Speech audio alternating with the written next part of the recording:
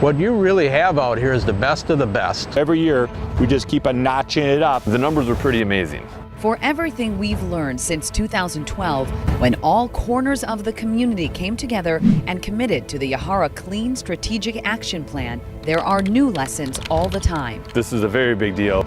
And new challenges. The goal remains: cut in half the roughly 92,000 pounds of phosphorus that reaches the lakes each year. Community efforts are making constant progress. By last year, phosphorus reductions were 29% of the way there. By all accounts, 2016 was a banner year for water clarity in the lakes. Besides reducing phosphorus more than the year before, we had good things going on. The weather was for us, the amount of rain that we had was down, we had a little bit less runoff than normal. Lake conditions kept populations of the invasive spiny water flea down, which meant Daphnia, the tiny crustacean that feeds on algae, thrived, keeping the water clear. Still, there's more work to be done. Extreme weather events are increasing. Last September was the wettest on record in the state, and just this past February, temperatures topped 70 degrees, bringing rare winter rain. All of this means more runoff, which means more phosphorus in the water, more algae in the lakes, more work to be done. The biggest challenge is really looking at what climate change is doing, and we're going to have to try to figure out how to forecast out to make sure that our efforts that we're doing now will protect us 5 and 10 years from now. On top of that, zebra mussels, first found in small numbers in Lake Mendota in late 2015, grew in population exponentially last year. This invasive species can disrupt a lake's ecosystem, eventually leading to algae blooms. Of the 14 actions in the Yahara Clean Plan, Clean Lakes Alliance is now focusing on 4 in particular as part of its Plan 2020. First, leaf management. It's a complicated issue because there are several municipalities in the Yahara watershed, each with its own way to handle fall leaves, including some who leave it entirely up to residents. In Madison, researchers from the city and USGS have been studying the city's leaf management system for the past 5 years with some eye-opening results. First, they quantified the effectiveness of the current practice of crews picking up leaves at the curb, compared to having no program at all. What they found: the current system reduces phosphorus loads into the lakes by 40%. Second, almost half of the phosphorus load that leaves a residential neighborhood happens during the 2 months in the fall when leaves are actively falling onto the street. The simple difference between piling your leaves on your parkway or piling them in the street only a few feet away has a profound effect. Leaves on the street are just like tea in a tea bag that you are steeping. Water pools up behind a pile of leaves and soaks through, and sometimes it gets tea colored. You can see the tannins stain the water, and that means there's a lot of phosphorus leaching out of those leaves. We're talking minutes here. Worse, 90% of the phosphorus is in the dissolve phase, which means no amount of downstream treatment devices can capture it. Nothing can stop it from reaching the lakes. If you're on grass, that water would have soaked into the ground and essentially fertilized your lawn for you. In the street, it fertilizes the lakes, which nobody wants. Researchers found the simple act of making sure all leaves were out of the street just before a rainstorm had huge benefit. That resulted in an 80% reduction of that fall load. That's a huge win for the city to know that that much phosphorus can be reduced. The results of this study may help inform leaf management practices statewide.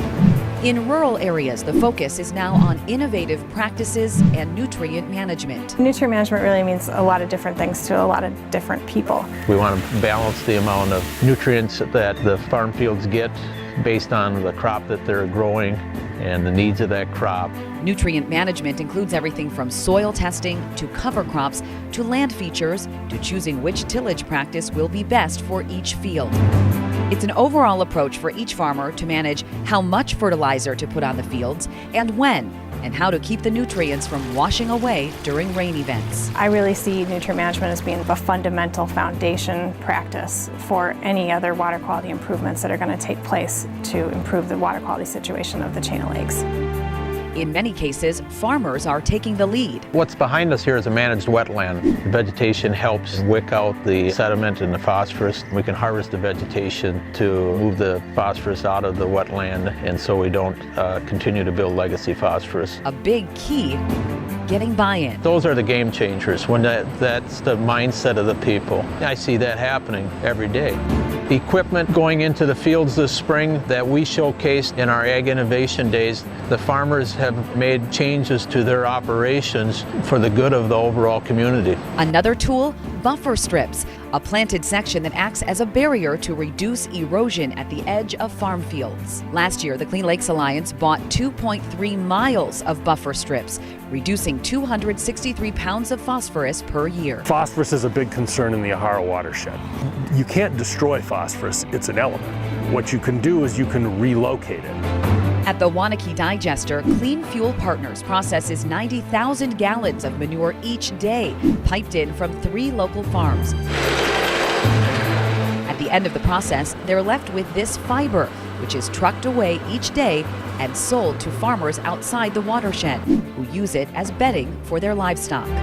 Now, they're looking at new ways to work with area farms. As a practical matter, you couldn't put this facility on a 500 cow farm. We're exploring other ways where we can take some of the phosphorus out from smaller farms to let us do more to solve the phosphorus issue in the watershed. Dealing with these nutrients are really byproducts of our society, and agriculture is the answer to the problem in many cases rather than the problem itself. Innovative solutions are ongoing. New research has led to a push to remove stream bed sediment from the miles of streams that lead to the lakes. The concern, legacy phosphorus-laden sediment has been accumulating here for more than a century and is continually releasing into the lakes and offsetting the progress being made in other areas. Exciting things going on. County Executive Joe Parisi and the Department of Land and Water Resources have laid out an aggressive plan to clean 33 miles of streams, projected to make a huge impact in phosphorus reduction. A lot of the technology for erosion control comes from agriculture. Philosophy is the same, trying to keep soil particles in their place. Agricultural practice, cover crops. Construction site, we're going to try to cover it with something else. That parking lot being covered with stone is an erosion control practice. Studies have shown that up to a quarter of sediment in the lakes runs off from construction sites, even though they represent less than 1% of the land area. That's part of what led to the Clear Waters Initiative, a green tier charter. This program brings regulators at the state, county, and local levels into collaboration with developers and contractors who are committed to green practices. Participants volunteer to have superior environmental performance above and beyond the regulations. We get together all in the same room once every 6 weeks, and we get to work out our differences and figure out the best way for them to succeed and for us to get environmental protection. By working together to solve erosion problems, they've developed new practices that are now being used statewide. About half of all new construction projects in the watershed operate under the Green Tier program, with measurable results. Progress is tracked through annual audits of every construction site in the county. The Green Tier participants are 3 to 4 times better in performance than our non-Green Tier participants. In 2016, community efforts came together to reduce more than 13,000 pounds of phosphorus going into the lakes, which translates to 6.8 million pounds of algae.